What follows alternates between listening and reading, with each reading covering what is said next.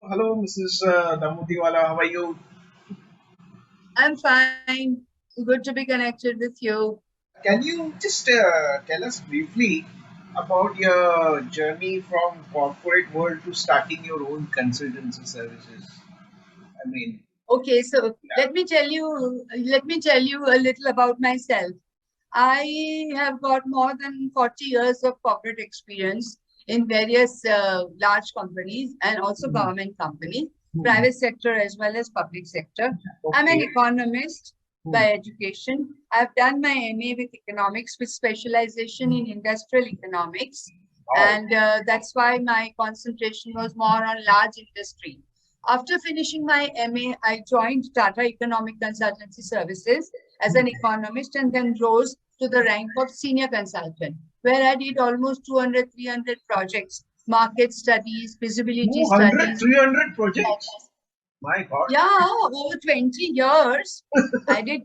I was there in Tata's for 20 years. I met J.R.D. Tata, even Ratan Tata in those days. Oh. And I did projects for the World Bank, the International Finance Corporation, ADB, many, many Mhm. companies in the Tata Group, even in the government, ministry, state government, and got an all-round experience in the corporate sector. Then, since I was working in the development economic side, growth, Mhm. I decided to join SIDBI. In fact, the same day when I applied, I was called, and same day I was appointed. And there I was appointed as a DGM. And over there in SIDBI, that is Laghu Udyog Vikas Bank, I worked for 12 years. And of that, 3 years was in Lucknow. So I got the experience of the head office in Lucknow and the main branch in Bombay. And over there, I did a lot of projects. My entire focus was on MSMEs, how to help the MSMEs get finance, how to help the MSMEs promote themselves, market their products, how to avoid these delayed payments problems which were arising in those days, how to get over the problems of high interest rates that they were being charged.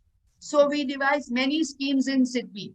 And I got a complete insight. I myself visited a large number of MSMEs in Andheri, Kurla, Thana, all those areas, Oh. and I got to know how they were suffering because of high interest rates and how their parent bodies, like auto industry where they were supplying, how they were, really extracted, their life with high interest rates, delayed payments. So I decided that this is what my calling is. This is what my profession is going to be. And I'm going to start my own enterprise and help them, especially the small and the micro units, the women entrepreneurs who are always turned away by SIDBI. कि नहीं नहीं आपको loan देंगे नहीं आपको loan करेंगे नहीं.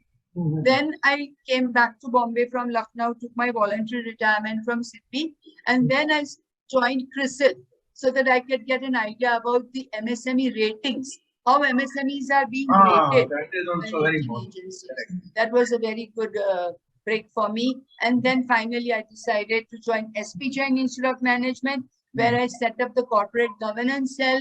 I did a lot of work in the area of corporate governance of family managed companies. Again, not very small, but still medium size. How family managed companies, they only look at profits and, shareholding, and they Yeah, are so correct. much in control. Yeah. Family managed companies are always in control. So Mhm. their governance and all was a very difficult thing for them, Mhm. compliance and all. So I did a lot of work in that area, listed companies, family managed companies, unlisted companies. Then I worked on what is the importance of corporate governance on financial performance of these Mhm. companies and risk management. So at the end of all this, finally I decided to start my own, and I started my own business beacon management consultant, where Wow. I have two or three focus areas. One is MSME, financing, promotion, Mhm. marketing, business Great. plan preparation. And the second is corporate governance, board leadership, compliances, internal audits, and all those. So now, since Business Beacon, I have been in Business Beacon. I started Business Beacon in 2015, and now it's been almost 5, 6 years. And I'm still, trying to promote my business. But I help a lot. I do pro bono services for a lot of women entrepreneurs, a lot of Mhm. micro units. So this is how my journey has been. Very satisfying. Great, great. It's still going on, lot more to come to you. And I'm really glad that you have just not got that what you call back office experience. Means actually you have been able to gather experience from the field, visiting entrepreneurs and actually interacting with them. So Yes, that is your what helped me a lot. So all correct. my studies required market service. I traveled and I went personally with my questionnaire and I got to know how they were operating. Some of them are operating in small 10 by 10 rooms with their plant machinery, their accounts department in one corner and their inventories in one corner and their machinery. So it was really, Yeah, I like mean, almost Andheri correct. East was not so developed in those days. But I went and visited. Great, Okay. great, great. Yeah. Just a side note, I also started my, you know, you can't say career, in my, just as an internship, I took in a market research company. Oh, that's nice. Correct. I also started with market research only in Tata Economic Consult. Oh, wow, wow. Yeah, I've also got a BSc in statistics. So great. Great Yeah, minds. at the graduate level, I did economics and statistics. Wow, wow. Great But at the minds think alike. postgraduate, I did, yeah, industry. Okay. Yeah. Yeah, see, now what are the major changes in the economic environment that have influenced people to start their own business or branch out to the new business? So it's like, starting out a new business and all, it was always happening, but now in recent times it has, increased. So what do you think is Yeah. the reason behind it?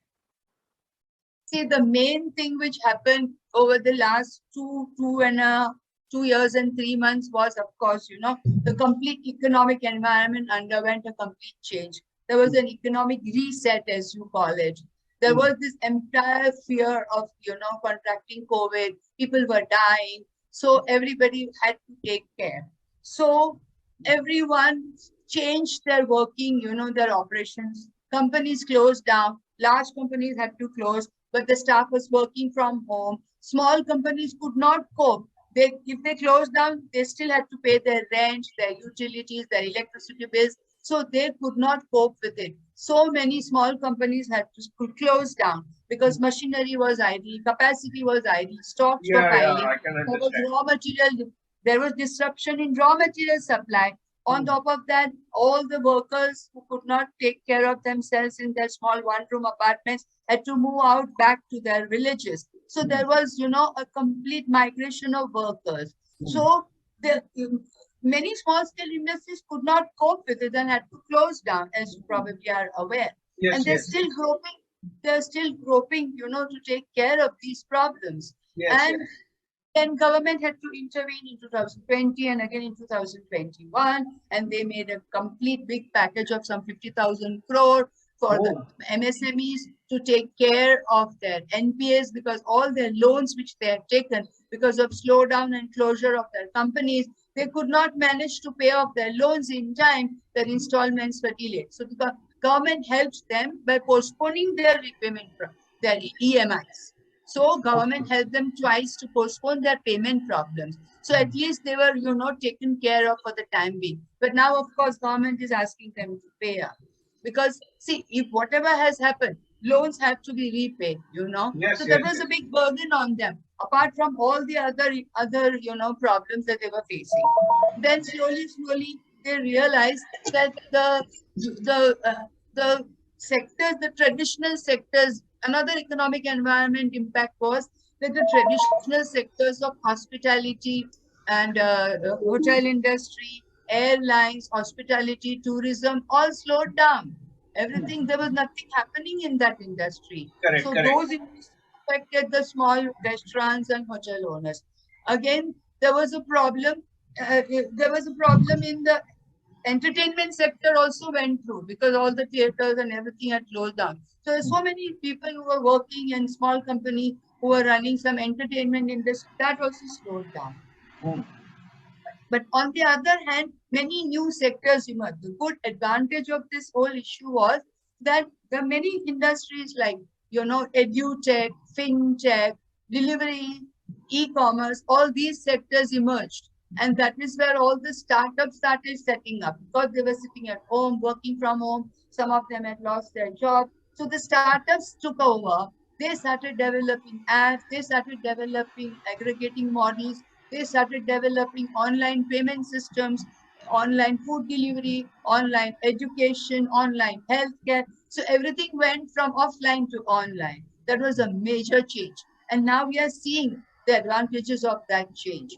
So Mhm. it had a positive and a negative effect. Now, the only problem now in 22 is this Ukraine war. Again, the petrol prices have gone up.